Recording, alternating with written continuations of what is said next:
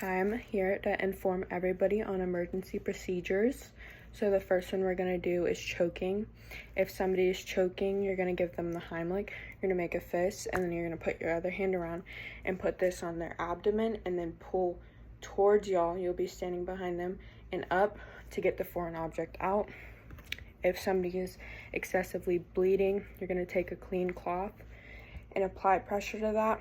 If the cloth gets too bloody, then you're going to add another one and keep continuing to add pressure. You're also going to find the pressure point and press on that so that it'll stop bleeding on that artery. If you have a contusion or bruising, you're going to use the RICE method, which is rest, ice, compression, and elevate.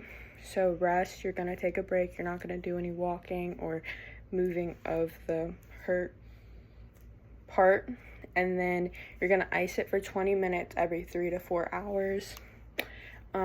Compression, you're going to add an ACE bandage, make sure it's not too tight, and then elevate, especially at night when you're sleeping, you want to elevate this to keep the blood from rushing there.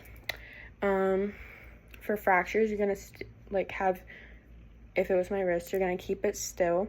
If you have a brace, that'll work, or you can ice it on the way to the ER, or if you called an ambulance, you wait and keep it still until professionals can help you. And for anaphylactic shock, you're gonna ask the person for an epinephrine pen, and if they don't have one, you're gonna find one from a nurse or someone else, and they should be able to do it themselves, but if they can't, you're gonna follow the directions on the pen, and then usually you're going to stab it into their thigh muscle. So that's all.